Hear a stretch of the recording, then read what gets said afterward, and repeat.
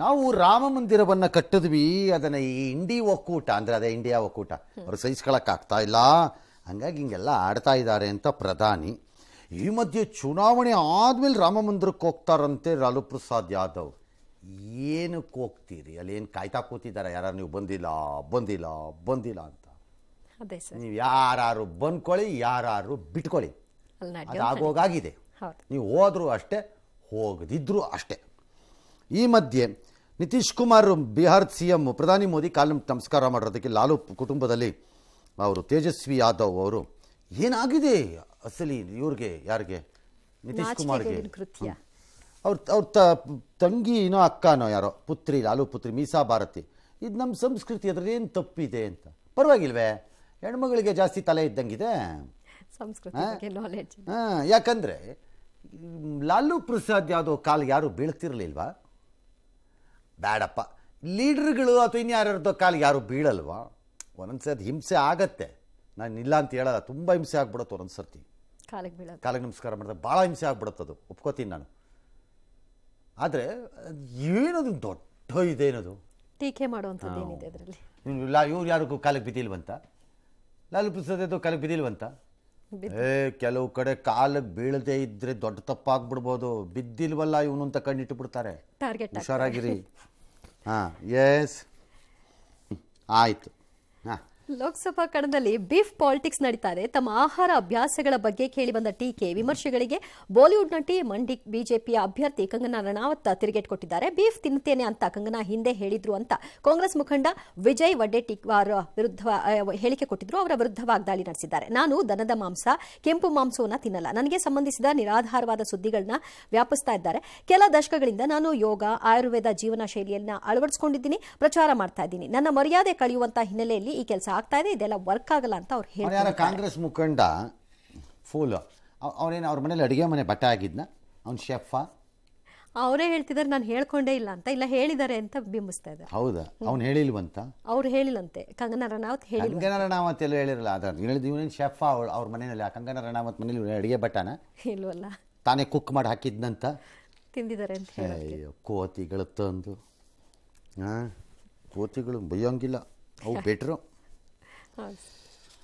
ರಾಜ್ಯದ ಪಠ್ಯಕ್ರಮ ಅನುಸರಿಸುವ ಶಾಲೆಗಳ 5, 8, 9 ಮತ್ತು 11ನೇ ತರಗತಿ ನಡೆದ ಬೋರ್ಡ್ ಪರೀಕ್ಷೆಗಿದ್ದು ಫಲಿತಾಂಶಕ್ಕೆ ಸುಪ್ರೀಂ ಕೋರ್ಟ್ ತಡೆ ಕೊಟ್ಟಿದೆ. ಬಟ್ ಪ್ರಾಬ್ಲಮ್ ಏನಾಗೋಗಿದೆ ಅಂತಂದರೆ, ಸುಪ್ರೀಂ ಕೋರ್ಟ್ ತೀರ್ಪನ್ನ ಕೊಡೋ ಅಷ್ಟರ ಒಳಗಡೆ ಇವತ್ತು ಬೆಳಗ್ಗೆ 10 ಗಂಟೆಗೆಲ್ಲ ಫಲಿತಾಂಶ ಬಂದು ಹೋಗ್ಬಿಟ್ಟಿದೆ. ಎಲ್ಲ ವಿದ್ಯಾರ್ಥಿಗಳು, ಪೋಷಕರಿಗೆಲ್ಲ ರವಾನೆ ಆಗೋಗಿದೆ ಎಲ್ಲ. ಈಗ ಹಂಗಾಗಿ ಅದೇನು ಪ್ರಾಬ್ಲಮ್ ಮುಂದಾಗತ್ತೋ ಗೊತ್ತಿಲ್ಲ. ಮತ್ತೆ ಸುಪ್ರೀಂ ಕೋರ್ಟ್ ಹಿಂಗೆ ಅನ್ಬೋದೇನೋ, ನೀವು ನೆಕ್ಸ್ಟ್ ಟೈಮ್ ಎಕ್ಸಾಮ್ ಮಾಡಿದಾಗ ನಮ್ಗೆ ಹೇಳ್ದೆ ಫಲಿತಾಂಶ ಕೊಡಬೇಡಿ ಅಂತ ಹೇಳ್ಬೋದು ನಾವು. ಮೋಸ್ಟ್ಲಿ ಅದಕ್ಕೆ ತಡೆ ಹಿಡಿಬೇಕು, ಅದು ಹೇಳ್ಬೋದು. ಅದು until we say do not publish the results ಅಂತ ಏನಾದ್ರು ಹೇಳ್ತಾರೋ ಏನಪ್ಪ ಗೊತ್ತಿಲ್ಲ. ಎಕ್ಸಾಮ್ ಆದಮೇಲೆ ಫಲಿತಾಂಶ ಬೇಡ ಅನ್ನೋದು ಏನಕ್ಕೆ ಅನ್ಬೇಕು? ಯಾರೇ ಆಗಲಿ, ಅದು ಹೊರಟಾರಾಗಲಿ ಯಾರಾಗಲಿ, ಏನಕ್ಕೆ ಅದನ್ನು ಯಾಕೆ ಇಷ್ಟೊಂದು ಜಗ್ಗಾಡಬೇಕು ಸರ್? ಈ ಸಂಘಟನೆಯವ್ರ ಕತೆ ಏನು ಅಂತ ನಂಗೆ ಅರ್ಥವಾಗ್ತಿಲ್ಲ. ಇವ್ರಿಗೆ ಆಗ್ತಿರೋ ಲಾಸೋ ನಷ್ಟವೋ ಗೇಯ್ನೋ ನನಗೇನು ಅರ್ಥವಾಗ್ತಿಲ್ಲ. ಇದರಿಂದ ಕಿರಿಕಿರಿ ಅಂತೂ ಮಕ್ಕಳನ್ನು ಸುಮ್ಮನೆ ಕಾಟ ಕೊಟ್ಟು ಪ್ರಾಣ ತಿಂತಿದ್ದಾರೆಲ್ಲ ಸೇರ್ಕೊಂಡು. ಎಸ್ ಸರ್, ನೋ ಅನ್ನೋದು ಬಿಟ್ಟು. ಎಸ್. ಬೆಂಗಳೂರು ಹೊರವಲಯದ ಕೆಆರ್ ಪುರಂನಲ್ಲಿ ಕೇಂದ್ರ ಸಚಿವೆ ಶೋಭಾ ಕರಂದ್ಲಾಜೆ ಅವರು ಪ್ರಚಾರದಲ್ಲಿ ತೊಡಕೊಂಡಿದ್ದಾಗ ಅನಾಹುತವೊಂದು ಸಂಭವಿಸಿತು. ಶೋಭಾ ಕರಂದ್ಲಾಜೆ ಅವರ ಕಾರ್ನಲ್ಲಿ ಸಿಬ್ಬಂದಿ ಡೋರ್ ಓಪನ್ ಮಾಡುವ ಸಂದರ್ಭದಲ್ಲಿ ಬೈಕ್ ಡಿಕ್ಕಿಯಾಗಿ ಬಿಜೆಪಿ ಕಾರ್ಯಕರ್ತ ಕೆಳಗೆ ಬಿದ್ದಿದ್ದಾರೆ. ಈ ಬೆನ್ನಲ್ಲೇ ಬಸ್ ಒಂದು ಅವರ ಮೇಲೆ ಹರಿದಿದೆ. 35 ವರ್ಷದ ಪ್ರಕಾಶ್ ಸಾವನ್ನಪ್ಪಿದ್ದಾರೆ. ಈ ಅವಘಡ ನಡೆದ ಸಂದರ್ಭದಲ್ಲಿ ಕಾರ್ನಲ್ಲಿ ಕೇಂದ್ರ ಸಚಿವೆ ಶೋಭಾ ಕರಂದ್ಲಾಜೆ ಅವರು ಇರಲಿಲ್ಲ ಎನ್ನಲಾಗ್ತಾ ಇದೆ. ಈ ಸಂಬಂಧ ಪ್ರತಿಕ್ರಿಯೆ ಕೊಟ್ಟಿರುವಂತಹ ಅವರು ಪ್ರಕಾಶ್ ಸಾವಿಗೆ ಸಂತಾಪ ಸೂಚಿಸಿದ್ದಾರೆ. ಪ್ರಕಾಶ್ ಕುಟುಂಬಕ್ಕೆ ನೆರವಾಗುವ ಭರವಸೆಯನ್ನು ಕೊಟ್ಟಿದ್ದಾರೆ.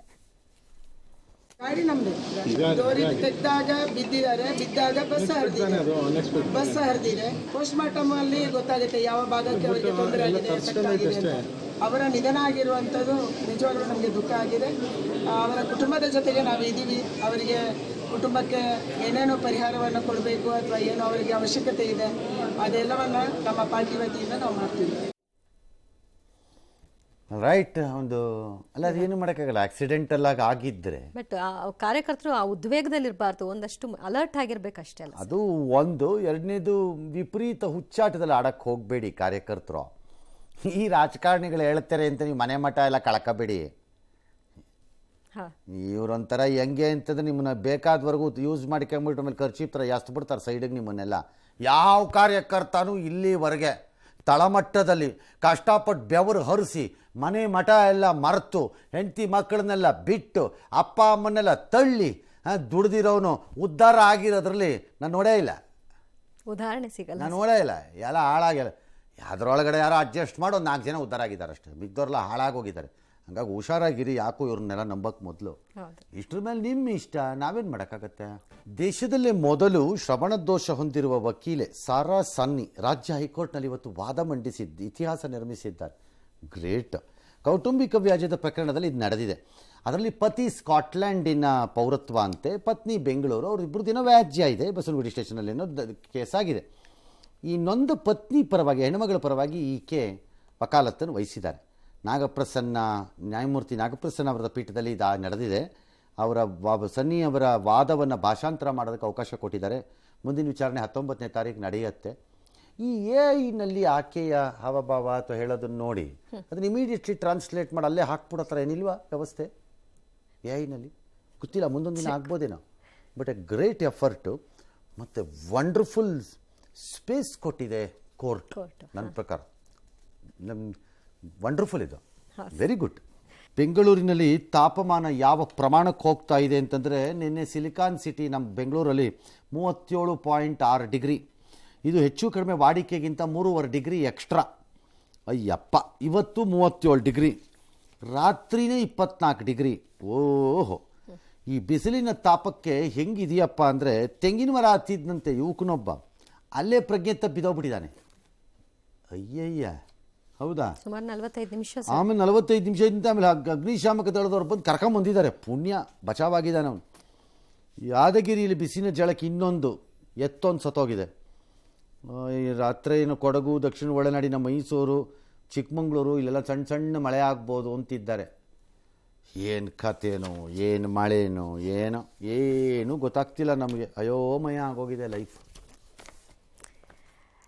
ಅಮೆರಿಕ, ಮೆಕ್ಸಿಕೋ, ಕೆನಡಾದಲ್ಲಿ ಸಂಪೂರ್ಣ ಸೂರ್ಯಗ್ರಹಣ ಉಂಟಾಗಿದೆ. ಭಾರತೀಯ ಕಾಲಮಾನ ರಾತ್ರಿ 9 ಗಂಟೆಗೆ ಸೂರ್ಯಗ್ರಹಣ ಶುರುವಾಗಿದ್ದು ನಸುಕಿನ ಜಾವ 2:22ಕ್ಕೆ ಗ್ರಹಣ ಮೋಕ್ಷ ಕಾಣುತ್ತೆ.